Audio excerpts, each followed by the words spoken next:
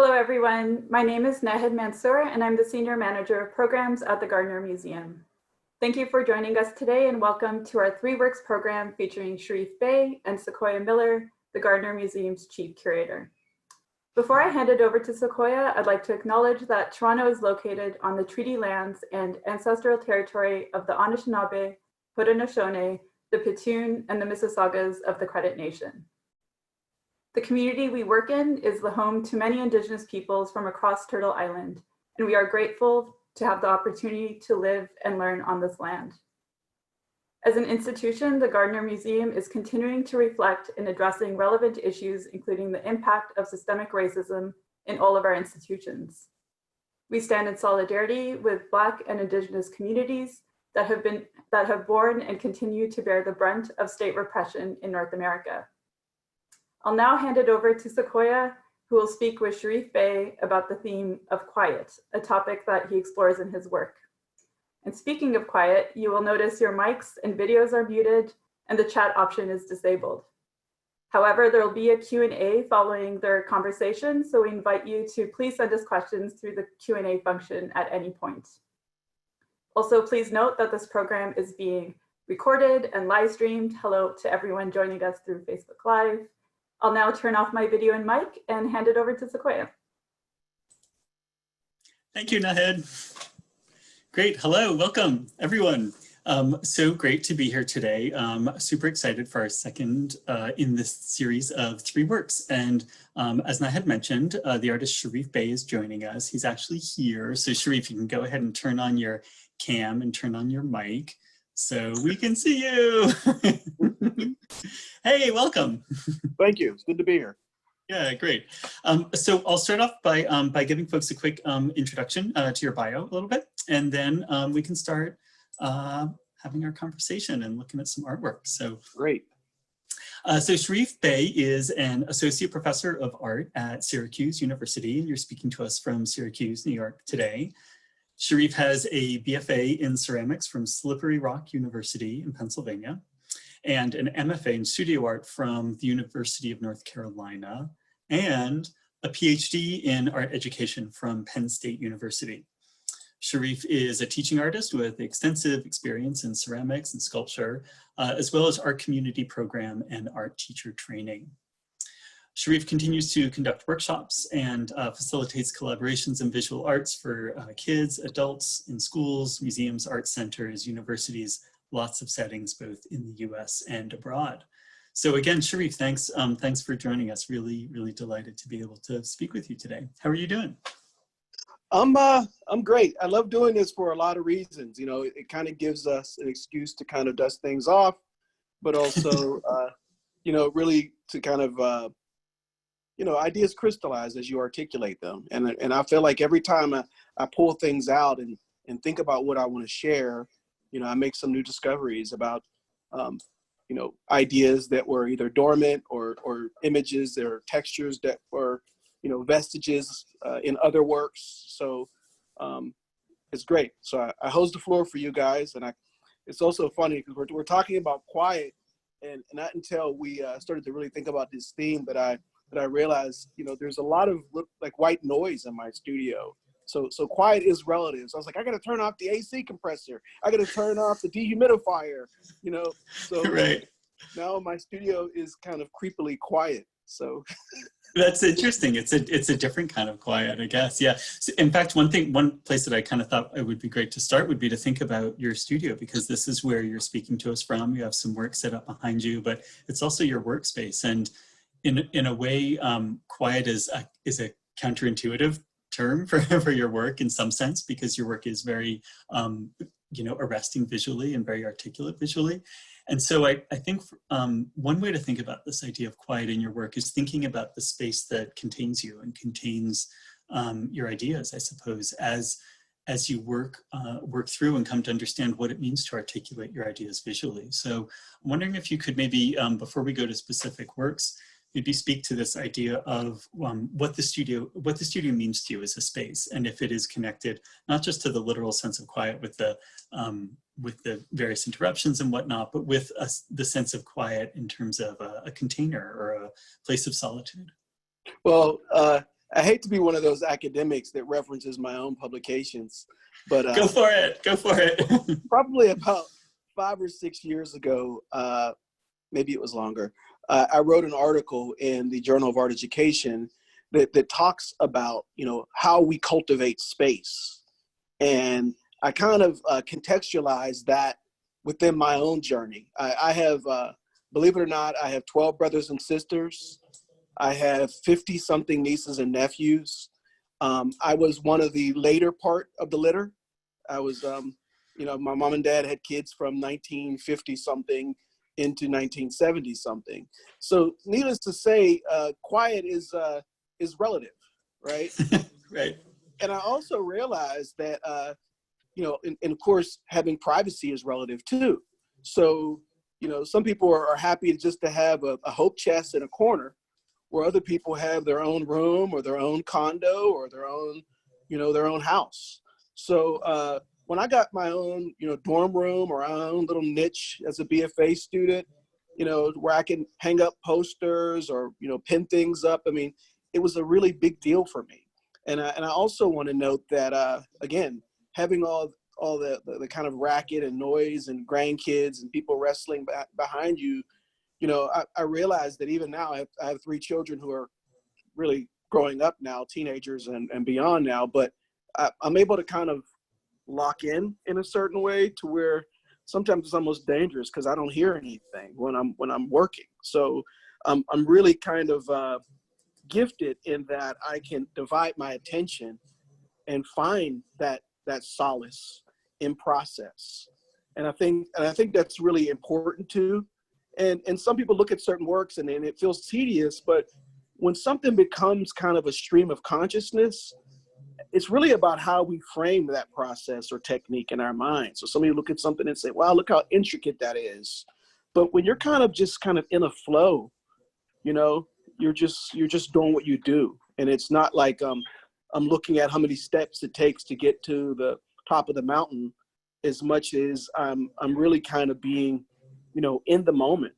And I think that also, I've been doing this since I was a kid.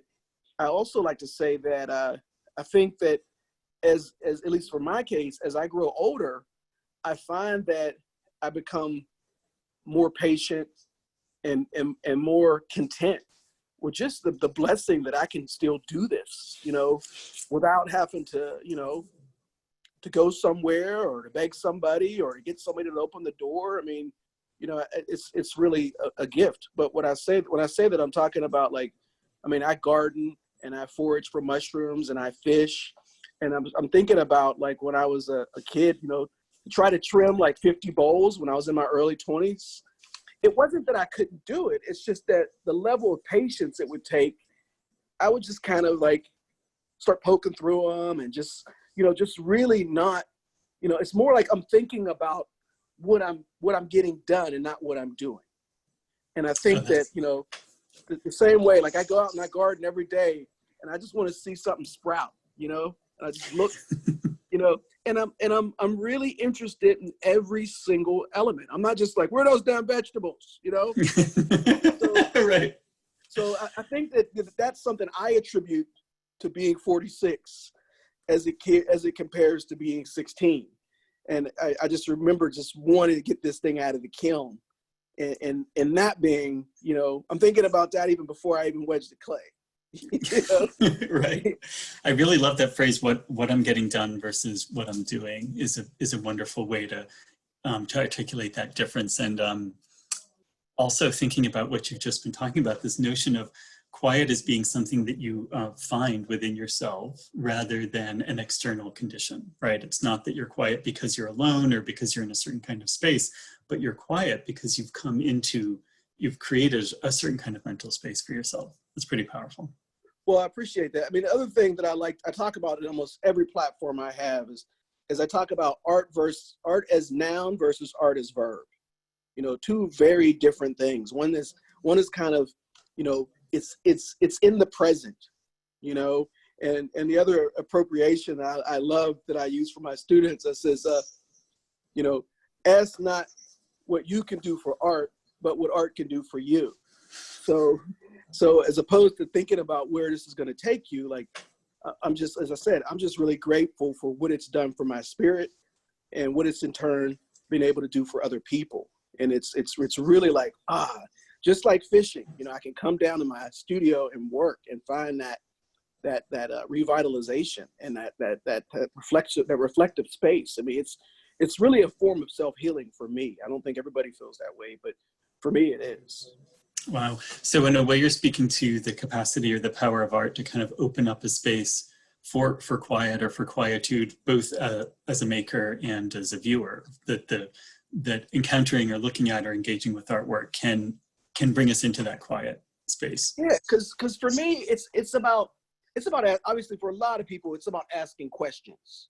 And you know, another metaphor I like, it's like having a tuning fork, but you got to find a place where you can hear that tuning fork. So, right. So it's like, I can't tune in unless I can find the necessary reflective space where I can actually, you know, hear. So we have to prepare ourselves, and it takes practice to ask questions. So you get better at it. And this is where, again, I feel like the curmudgeon when I think about how young people engage in arts practices, because to me, one of the most significant things is slowing down and learning how to accept that there's no immediate answer, you know, tolerate ambiguity and cope with uncertainty and understand that that's completely okay, you know. And that's the issue. I think that because everything is so quick and immediate and self-gratifying, I just think that this is where the arts for the human spirit become even more critical. Absolutely. I would love to pull out two of the words that you've used here so far. So one is this idea of healing, and the other is the idea of sort of creating a kind of internal quiet where everything gets tuned out through a sense of flow.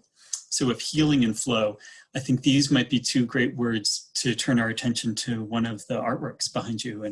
And I would ask you if there's a way when you're looking, maybe you can pick any one of them, if you could point to ways or describe ways that any of those works either kind of create that sense of flow, or where in making them that sense of flow and quietude came in for you, and how that might contribute to a sense of healing for yourself. Yeah, and again, I also want to say that that it's not always literal, because the other thing, when I say healing, the other reason I feel like it's important, at least for me, to come to the studio, and also for me, as much as anything, it's about struggling in the studio. And this is where the healing of the spirit with regards to humility comes into place. I mean, I think that so many of us can go to the studio and feel godly and in creation of our worlds and inflate our egos, you know, but again, you know, where does that humility come from? And that's another reason why I love functional pots as it relates to my own work, because I always say I don't want to upstage the food. Like, I want to make something that reconciles and in some ways pays homage to whatever dish or whatever fluid it's carrying. So while my work at present is not about functionality, that is at the root. So the root is, you know, a functional potter who makes sculpture, or a sculptor who looks to his tradition as a functional potter. So I don't even know where to start. I'm so excited, and I'm going to use this fancy camera function to, I think I'm going to start here, although this is probably the more visually invested and intense pieces, but these are, and I know that we said 3 works, but I just paired these because I didn't know which one I liked the most. So it's perfect, yeah. So folks at home, just kind of think of these as one work. I'm cheating a little bit. So these are about 27, 30 inches tall. And I want to first say that they're bottles. So there is a cork or stopper, as some people refer to them, on top. So this comes off. And again, to me, various kinds of vessels are always an extension of meaning. But as it relates to, you know, this idea of flow and what we're talking about, this is inspired by Nkisi power figures. And obviously the idea of impaling an object to inject it with power or to affirm an oath. but also, again, thinking out about verb. Like there was a time where I would spend countless hours, with sgraffito and mishima on functional pots. And I would invest heavily in the surface. And again, it was kind of therapeutic for me, something I do while whistling. And now, as opposed to creating that more like conventional kind of pattern, I create a pattern by impaling these things with shards and metal. And in this case, various kinds of nails. So that's kind of where my happy place comes into play, where I enjoy doing all this other kind of work and how these things are formed. But when it comes to, like to me, like some of my pots used to be like blank canvases to me. Like I could not make a covered jar without adding some sort of image or pattern or scarring to the surface. And now I feel that way about these vessels that have more images. Like this is almost like it's a blank canvas until I attack the surface. Another thing at play here is duality, and a lot of this particular series, and this is a series that has kind of reared its head in many different ways, from more conventional salt fire cover jars with images, kind of more Ron Myers, Kirk Mangus influenced, to these, which are a little bit more, or a lot more influenced by West African sculpture. So when you speak to, thanks for the close up there, that's great. When you're speaking to duality and we're looking at these forms and there's a face or a human face on both sides of them, how are you understanding those in relation to each other? Are they, how do you see them as being connected to each other? In some ways, there's one reference that goes back about 100 years, 120 years from W.B. Du Bois, who talks about double consciousness. Yeah. And it's also this idea of code shifting. And in some regards, the faces are, they're converging, right? And I just think it's an extension of meaning about place and positionality, and as someone who's, I guess I could say, I come from a pretty rough neighborhood with various kinds of challenges, and now I'm, a professor at a major research institution, and I often think about, what I'm leaving behind, and what progress means, and what responsibility I have to those really important connections that make me who I am. Now, this is not important to me that someone else sees this, but this is what I entertain while I make things. And I think that that's an important aspect for the layperson who may be tuning in as well, where it's not like, this is what this means, and that person's like, oh, I don't get it, right? Like, I don't care if you get it, this is a byproduct of an experience, and that's what's important. And it's a byproduct of an experience where I pondered many things over many hours, but that was the thing that actually, led to a specific direction in regards to the images. When you're inserting the elements into the bottles or into the figures, so you've said that it looks like most of them are nails, maybe some of them are shards. Are you thinking about them in that kind of animating, almost literal animating way of Nkisi sculpture, or is it within this broader kind of matrix of thinking through some of these earlier parts of your own life, or ways of sort of double consciousness or double identity? Well, I want to say that in some instances, I use them formally, where I think there's it's more about verb than noun in my experience with these, Congolese Nkisi sculptures. But sometimes I use them to reference teeth.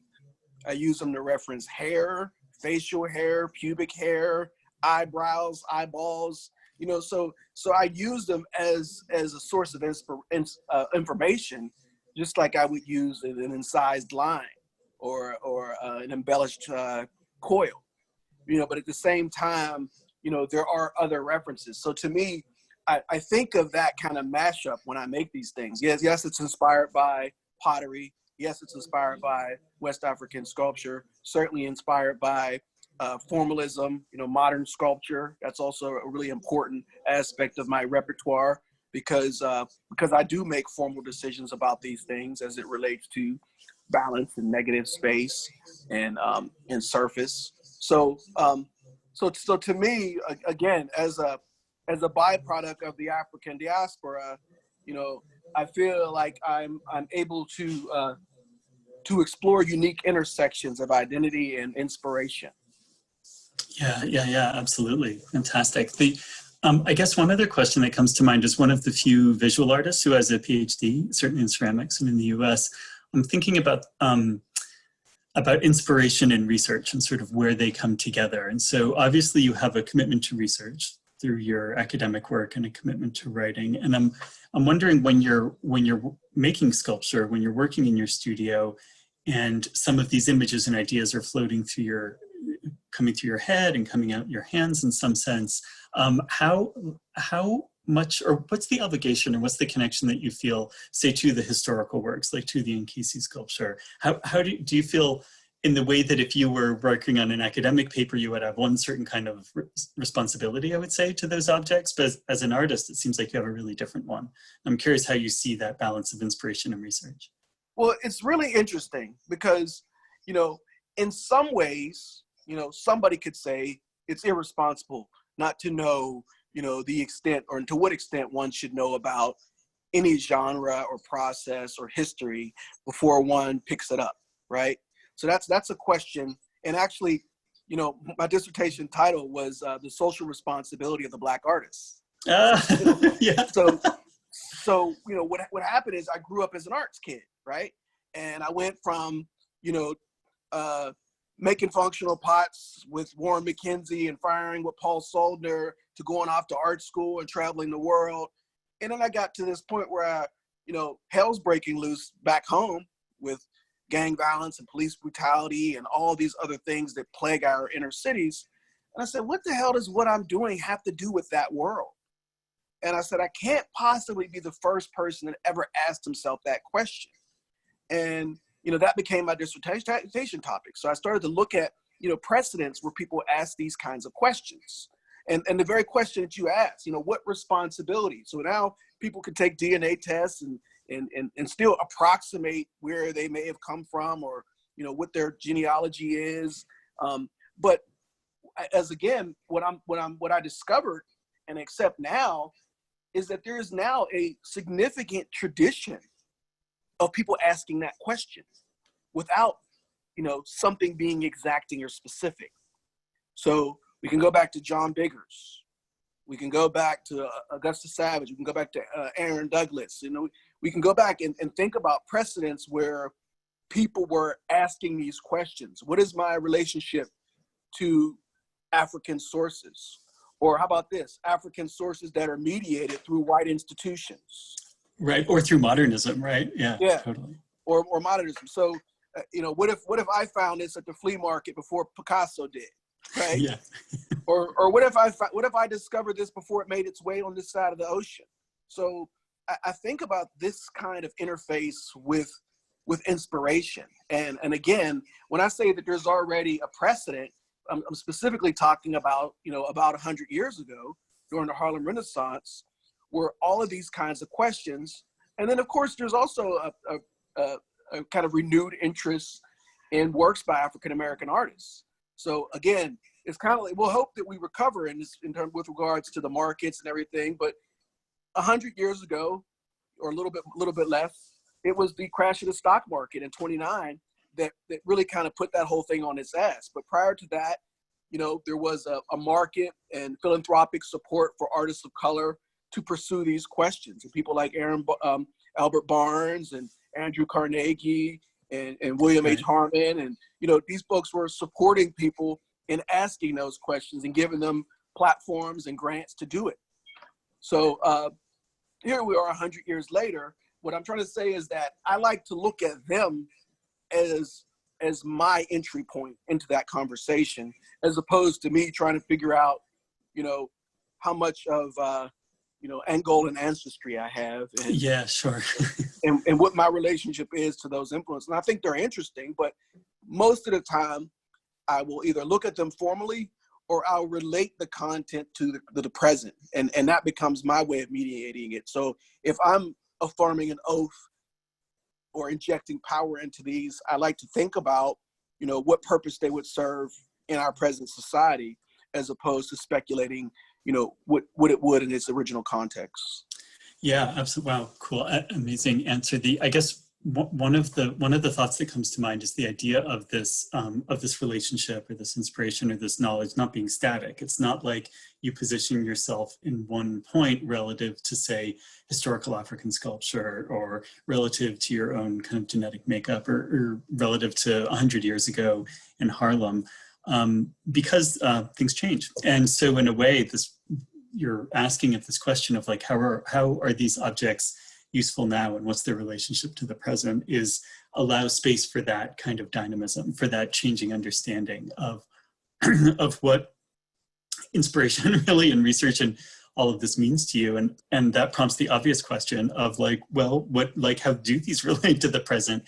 And given the sense that our present is so how do we want to say, like, troubled right now, or in a point of flux, and in a real sense of possibility also, I think. How are things changing for you right now? And are you seeing these works in a slightly, or are you seeing them having a different role in this present than they even did, you know, whatever, 2 months ago or something? Well, one of the things that's really important to note, and I'm glad that this is being recorded, because maybe I'll use my own soundbite in the future. But one of the things that's really important to note is during these times of philanthropic support, you know, what people are essentially supporting is their ideas of others, which is otherizing, right? Which is also somewhat related to fetish and supremacy.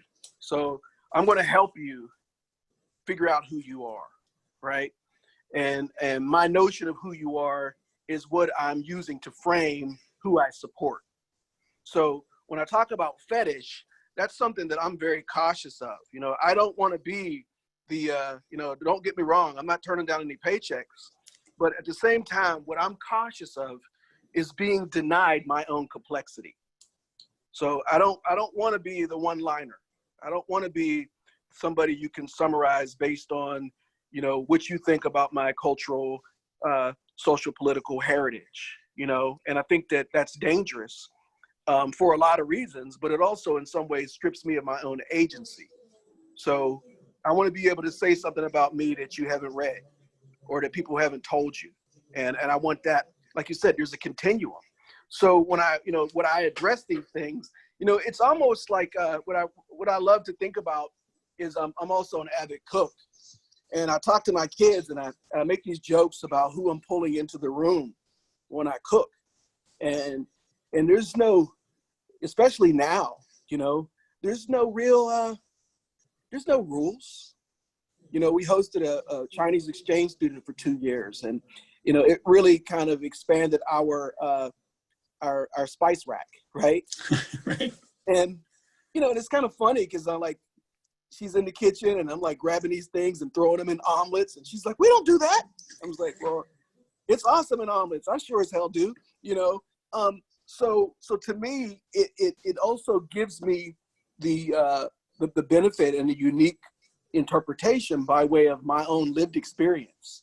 So what does, you know, my Pittsburgh community and my social political reality and my being in limbo as somebody who's an academic and an artist and an art student and also a potter.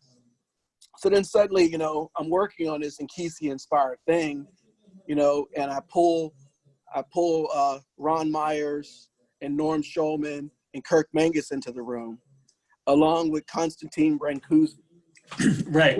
And this is your mix. This is as well as the exchange student, you know, and like, this is your mix, right? And in a way it speaks, I think in some way you're also speaking to, I'm guessing, but like how you are as a teacher actually, and how you interact with your students. And it sounds like for you being in the, being a teacher and being a teaching artist is part of that, keeping the room open and keeping the room, you know, full or populated or with a number of points of view in balance with each other.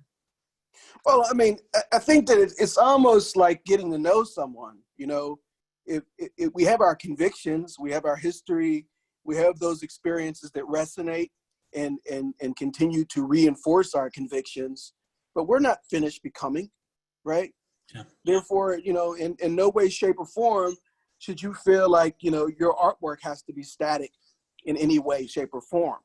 So, you know, some of us, I talked about this before, you know, some of us have this, you know, very gradual way of I often use that kind of tuner on a radio example, which many young folks don't know, but like, Right. you know, you're kind of tuning out and you're listening for that kind of specificity and exacting, you know, sound, as opposed to some people who just kind of, you know, bounce around and they pull things back in and they funnel things, you know, and maybe that pace changes as we get older, but, you know, for me, what I love about clay is the benefit of bouncing around to these different stations, you know, where I'm throwing spouts on one side of the room and I'm slip casting on the other, you know, and I just love that. I love that dance, you know, and I love and I love being open to where that dance will take you, you know, and especially for me, because I was thinking about, I don't want to use a name, but I remember hearing about this potter, you know, having some mishap where he just threw an entire load of you know, stoneware away, just went straight to the dumpster, you know, and because of the kind of work that I do, you know, these things are always kind of being recycled. So even if it's shards, you know, I had this big pot and I had some issue with the clay being like delaminating, and I just chopped that big ass pot up and made 3 sculptures out of it. Right. And in many regards, it loosened me up. I was like, wow, those pots were so conservative and limiting, and now I'm just like, I'm being humbled, but I'm also kind of like, you know, it's like sailing, right? You're like taking that wind, and you're like, where you gonna take it, you know? And I personally, you know, it's my personality type, where some people like to engineer things and draw and really think about where they're going to go. I never draw at all. I don't know if that's a good thing or bad, but I just play with objects and see what happens. And that's, I think you're speaking to that flow again of kind of coming into the unknown in a sense, where you have a set of possibilities without a clear outcome, and it kind of sets you on a path. It gives you an opening in a way. And sometimes, yeah, it can be like a broken piece or a part of something. One of the things that I love in the way you're speaking about your work is how you have this like really full integration of pottery and sculpture, basically, in the way that they're both distinct from each other as practices, but also completely embedded with each other. So I wonder if we could look at the mother piece or the motherhood piece and think about that as being both a vessel and a container and a pot, while also being sculptural and figurative.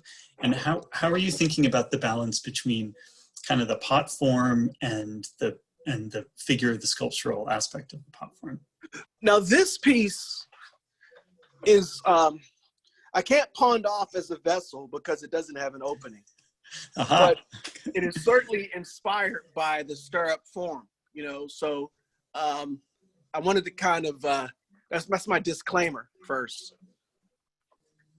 Like this one's not a pot, exactly. Yeah. It's not a pot, but certainly, you know, and I didn't want to hide the thrown elements. You know, I really wanted this to speak to a sculpture made out of, you know, out of these more geometric pottery forms.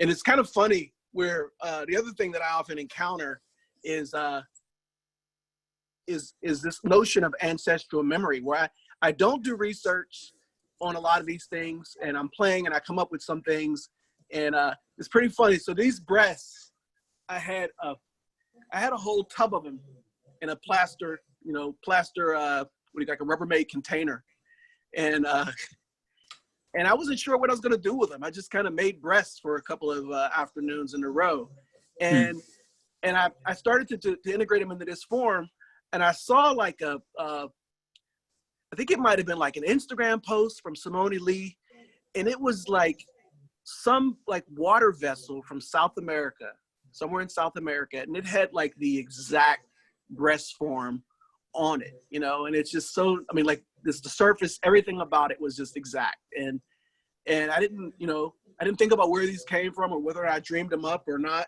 but this thing certainly has volume, and volume is an important aspect of sculpture.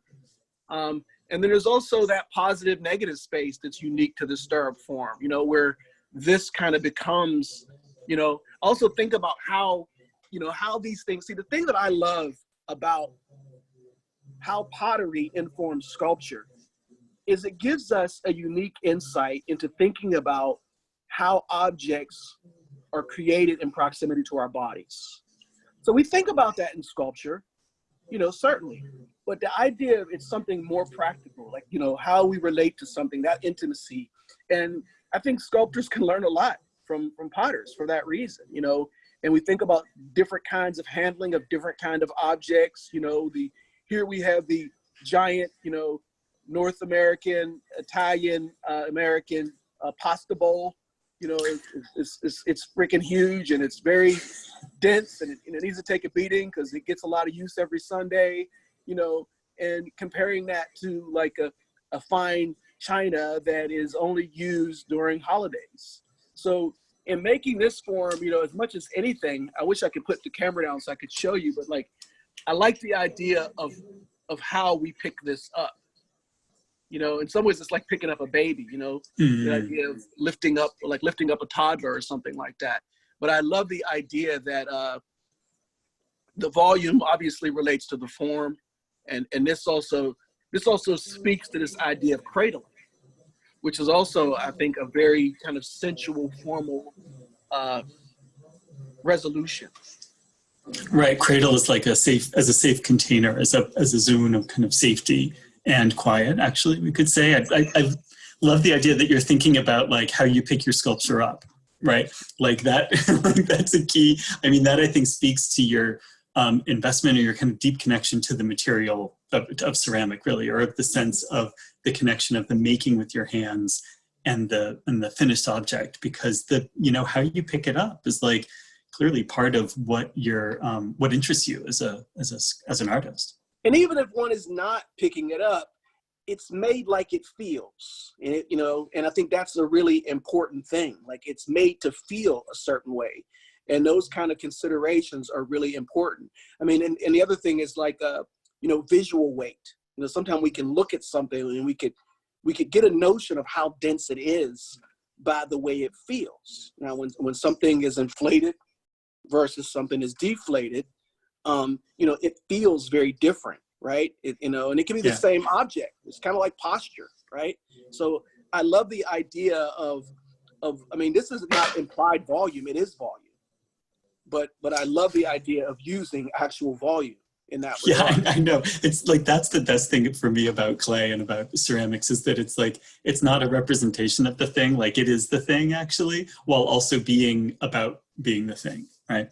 It's interesting. When I first started slip casting these bead forms, which I was initially making, by hand, individual pinch pots, I quickly discovered that I did not have to make them solid.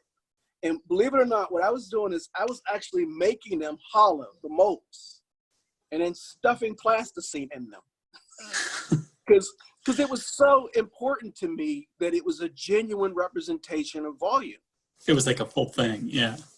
Yeah, so like, they're like, you don't have to do that. Why don't you just make it solid? We can cast it hollow. I was just like, no, it doesn't feel the same way to me. And it felt disingenuous to do that. Even though it cost a lot more in time, I really wanted that volume represented in the form. Wow, yeah. So you have one other piece there that I think is laying down on the floor. Maybe you could show us that piece and tell us about that one. So these are a little bit more, in some regard, it's kind of funny. Somebody said, I've never seen you make anything like that. So, well, I've been making stuff for 30 years, so maybe you didn't see because this surface is not something I've invested in a long time. But again, once upon a time, this was kind of my repertoire. Wow. And, when I was making pots. So this is kind of, amalgamation of some of the imagery that I'm using in some of these sculptural forms, but yet I'm also integrating this surface. And these are inspired by, you have to excuse me, I don't have the society's name written, but there's a couple of things. One, my dad makes walking canes and he carves them. So these are about 4.5 feet long. And the other thing that they're inspired by is these Brazilian kind of chieftain clubs in the Amazon basin. And when I discovered them at the Carnegie Museum in their anthropology department, one of the things that first struck me about them was their weight. Like, they were really heavy. They felt like stone, you know? And then the other thing was the bottoms of them were rounded off like this. And what the chieftains would do is almost like clapping or rallying. They would pound them in the base of their palms, and it would make this sound. And I love the idea that these were like these objects that were used as weapons, but also they were used in like these political arenas, but also having a very distinct function and history in that culture. But again, I love the weight of them. So these are actually, I said, 4.5 feet or so long. And they're definitely inspired also by pots, because I don't have a kiln here that's 4.5 feet wide. So I had to kind of. Oh, wow. Yeah. So basically I had to make them into, I don't know, cylindrical covered jars. Yeah. They're like attenuated jars in a sense. Maybe I can put, spaghetti in them or something. So you've also added, you have a figurative element, of course, at both ends of those. And it's a figure without a mouth, and thinking about this question of quiet again, and sort of who's speaking and when, and what are folks speaking about. How are you seeing these in terms of speech?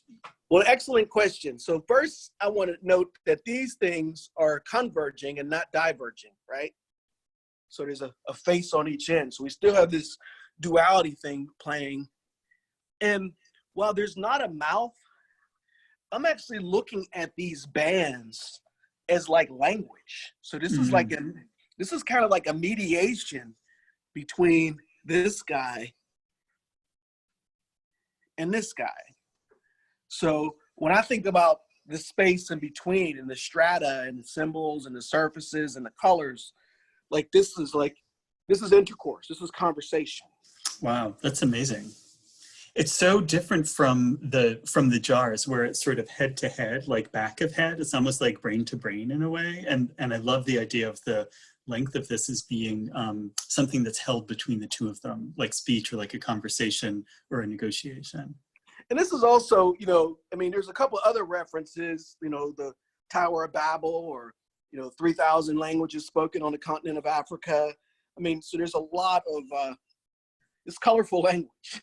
Yeah, it's almost like a translation in a way. But also brings to mind Hal Woodruff was one of my research subjects, and he came up with this kind of modernist inspired works that were also clearly inspired by African imagery. So he had this series of work that was somewhere in between, kind of makes me think of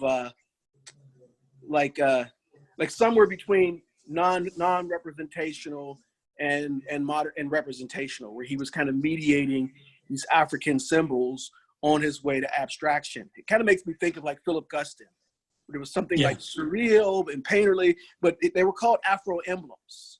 And he had another piece called Celestial Gates. And they had that kind of language and something also kind of elusive that I thought was really strong in that work that kind of stayed with me. Cool. I'd love to get to a few questions now. We have a handful of them, and it would be great to be able to float some of those out to you. And for folks who are watching and listening, I'd encourage you to send a couple more in if they're floating around in your brains. Sequoia, so yeah. Before we wrap up, because I laid this bead piece out just for this. Oh, you purpose. did? Oh, okay, cool. Let's see it. So. I at least want to share it because it took me a little while. Yeah, for sure. This is the fourth work, everyone. So this is like a special thing. So Sharif sent me a picture of this, and it was like, and I thought, oh my God, I want to see that. So, so speaking of quiet, this is another pace. So this thing is going to be about 8 feet long, and right now it's about 6.5 feet long. But these are each slip casted beads that are burnished and fired upstairs in my fireplace. In your fireplace. So these are more like a smoke fired rather than the kiln done there. Wow. And the different colors on the surfaces is from Terracotta. Yeah. Okay. So a terra sigillata that you're applying to the surface, and then the smoke gives them a bit of the gray character. Wow. Yeah. Sometimes I wrap them with various materials, and that's what gives this kind of stripes. Yeah. Wow. We don't have to talk about this extensively because I know we don't have time, but I wanted to make sure you at least got to see, at least you had a nice sample of all the things that I've kind of working on since quarantine. So all of these things you've made in this period of quarantine? Since March. That's incredible. Wow. I love how so the beaded piece will be hanging on a wall, I presume, right? It'll be like vertically oriented. I love it's like this funny specificity and ambiguity about the form, right? That it looks like it sort of has some very clear kind of historical references, but it also looks like a pod or like a plant form, also very clearly like a tooth form also. So it is like hugely evocative within the range that you've set out of color and surface. Well, wow. Another huge part of my work is obviously natural history. Yeah. So I spend a lot of time looking at talons and bones and skulls and those things. Kind of like the modernists. Those things are I love the work of I went to Barcelona last summer. Gaudi's work is it just blew me away, and it somehow everything made sense to me after seeing that work. And pictures do no justice to that work. It's just you have to go to Barcelona. I'm working on it. I've been wanting to go there for years and never have, actually. Yeah, it was life-changing for me. It really blew me away. Wow, that's cool. So let us get to a few questions. So one is very straight up. Is your thesis available? Is it published? Do you share it? Your dissertation, I guess? Your dissertation, is it available? Yeah. That old thing? Yeah. Right. I also, if you don't want to read I don't know how many thousands of words, there's also several articles that were published out of that dissertation. But if you Google me and Google Scholar, you'll see it more than you need to. Comes right up. Okay, very good. We've had another question that is about intelligence and sort of the intelligence of your hands and how the sort of detailed aspect of your work and its time-consuming nature sort of opens up a kind of a way that your thinking reveals itself to you through this act of making.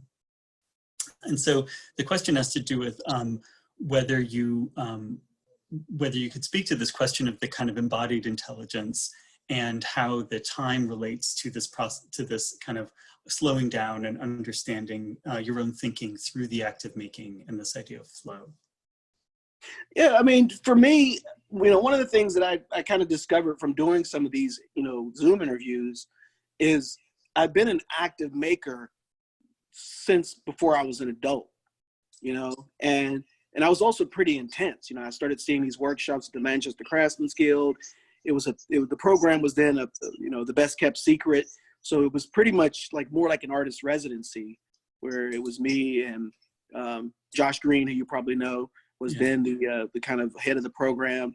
And we had pretty much maybe every other month we had a visiting artist. And we're talking, Akio Takamori, Val Cushing, Karen Carnes, Jun Kaneko. I mean, it was, everybody, for the most part, everybody but Peter Volkus and Rudy Audio came through there between when I was in high school and when I was in college. So anyway, I knew this is what I wanted to be when I grew up, when I was 15. So I was pretty tunnel vision about it. And the reason I bring this up is because, I had a pretty unusual work ethic. I'd work until they kicked me out at 10 o'clock. And I'd start right after school, and barely finished my high school because I was so devoted. And so I had C's and everything and A's in all my art classes. Yeah. But the reason I bring this up is the big challenge for me then became how does life happen while, you're committed to doing this work? And how do you find that balance and also maintain that? Because, I'm one of those people, and I know fewer young people are really this way. My wife is always reminding me, she says, it's a different era. So, we don't have students who go into their studio and close the door until they need a shower or a sandwich, Right. It's like the phone's always there. Yeah, you're always connected. Yeah. so for me, it's been more a question of how to get out. So how to become, while this inevitability of being a maker and being engrossed in material process comes to be. And, you know, so for me, it's more about learning how to find other ways of enriching my practice. You know, Wow. you know, what I really like about it though, is there's something almost unadulterated about, because I don't have a lot of posters in here. I don't really have a lot of Yeah. objects. You know, I really allow the dialogue to come. So if there's nothing in here, I got to create my own dialogue, right? So to me, that's always been a really important part. So that intelligence, if we can use that word, becomes for me literally making things, surrounding myself with them, and talking to myself for hours on end, because that's kind of what That's happens. it. Right? Yeah. That's excellent. Excellent. Thank you. Another question has to do with your sketching, or you're not sketching, and that the question is, understanding that you do not particularly draw or sketch out your work. The listener is curious to learn what's involved with transforming your vision into the finished work. Like, how do you go from what's in your head into the finished object? Well, I think the idea is kind of like not having anything really in my head. I mean, I know that, you know, there's a certain repertoire of skills and images that are kind of in me, right? I mean, I even see eyeballs that I made in 10th grade still appearing in my work, right? Or a specific, you know, motif that I discovered, you know, in my freshman year, finding its way into my work. And so it's really a question of kind of you know, like a musician, right? You don't have to learn how to play, you know, A flat again, right? Right. It's just a matter of how we compose those existing elements. So, you know, so one of the things that's important to me, because somebody kind of made me feel a little better, because I feel bad about telling students that I don't draw, because I feel like it gives them, because it's really important now, especially as it pertains to me engaging with other people. You know, if I had to get something engineered, or you know, when I work in glass, there's a lot of legwork that involves other people. And if I can't show them what I'm doing without doing it, it becomes problematic. But a friend of mine kind of made me feel better by explaining to me that there's a form of, I don't know if we can call it drawing, but me using these little things to make big things. So I like to make things that are, you know, that's kind of how the beat started, is me making things that are relatively expendable, and then allowing that conversation to unfold. And then the metaphor I often use is like letters becoming sentences, sentences becoming paragraphs, paragraphs becoming chapters, etc. So then you have this repertoire of information on which you can communicate, you know, a multiplicity of things. So the idea is to build, but again, now my attitude is such that if it does kind of fall apart, I'm going for the ride. So it is also about an attitude adjustment. So I just never been the type of person to plan too much about what I'm going to do, you know, and unless it's like I'm motivated sometimes, like I'm making more of these now because folks like them. And I was like, okay, well, maybe I'm going to make a couple of that 8 feet tall now instead of 4 feet tall. And that's kind of an inspiring, and they're relatively new, so I'm okay with doing that. But then there are things that I'm kind of tired of making, because I made 12 of them and I'm done. And you're kind of done, yeah. It's interesting to think about the balance between sort of not having a specific plan or liking to be spontaneous, but also the kind of focus that you've spoken of, that like you knew that this is what you wanted to do since you were 15, and how those two, that sort of focus and intensity and the openness intersect with each other. We have a bunch more questions. I want to try to get to as many of them as we can, because we only have a few more minutes. So we have a couple that are related that I'm going to kind of bring together, and it has to get to this question of social responsibility. So one of the questions is, what do you think is the responsibility of an artist in today's world or society? And in a similar way that many Indigenous artists feel that it's their responsibility to be political through their art, what is yours? Do you feel a strong mandate or inner drive to work within the politics of race and representation, or not especially? Well, I feel like, you know, there are multiple ways of doing that. You know, One of my first college teaching jobs was at Penn State. And, I had 25 white women and predominantly upper middle class. And my next job was in the South, working at a historical Black college. And I had an education class with about 25 women of color, African-American women, many of whom weren't of significant means.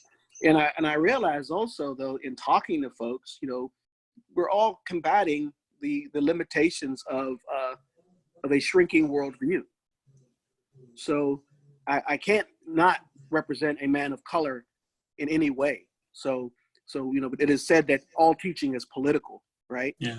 But then as it pertains to my art production, speaking about openness and questioning and paying homage to our sources and really, maintaining an open mind and continuing to ask questions and being mindful of how to do that respectfully. Because there is a way to ask questions that is not respectful. And that's a really important thing. So if I could offer anything, because I think that there are ways of doing that in a very overt way. And again, this is what brought me to my research, where some people felt like, me working independently is one thing, but me having a very specific message like artists of color did in the 70s and having a very specific charge and thinking about their collective agency in a very specific way. I mean, there's precedent for both, but I also know that, one of the things that I'm doing is, for one, in many communities, I'm demystifying what it means to be an artist. And I'm also pushing back on narratives of Black males that limit complexity. So we can talk about foraging, and we can talk about parenthood, and we can talk about Warren McKenzie workshops, and just as well. And my lived history, as an African American, informs that in a very unique way. And I experienced that as a kid. Where I'm literally at a Warren McKenzie workshop, with all these hobbyists and gray-haired old white ladies, and I'm thinking, how many of them were pulled over by the police last night and had their car searched? So it's just like such a unique intersection that impacts our interpretation and our lived experience. Mm-hmm. And me being there enables me to represent that in a different way, So yeah. I think that's important is what I'm trying to say. Yeah, excellent. We are just about out of time. I want to add 2 words into the conversation, which are love and justice. So we've had one other question around sort of the related topic of how your work becomes an instrument of love and justice. And it feels like that's right alongside all of these other questions or issues you've been talking about. Well, when I until fairly recently, I would make functional pots all summer. And I'd have a tent that I pulled in my front yard, and I'd spend 2 days talking to people. And one of the things that I would say often, and I would talk to people is like, when I'm out there selling a $25 cereal bowl, I'm fighting Family Dollar. I'm fighting Dollar General. I'm actually seeing myself as fighting the sweatshop and trying to keep a tradition and the narrative alive that births a very different kind of connectivity and ownership. So I say, do you want to buy something from someone who's contemplating suicide in a sweatshop? Or do you want to buy something from somebody who made it when they were singing with their children? And it's a great sales pitch, but it's also real. So yeah. As it pertains to love and justice, it's a question of the kind of imprint we want to put on this world. And it doesn't have to be, fight the power in a very overt sense, but you fight the power by reminding yourself and others of humility. And I think that's where making has a place in our life. Mm. Wow.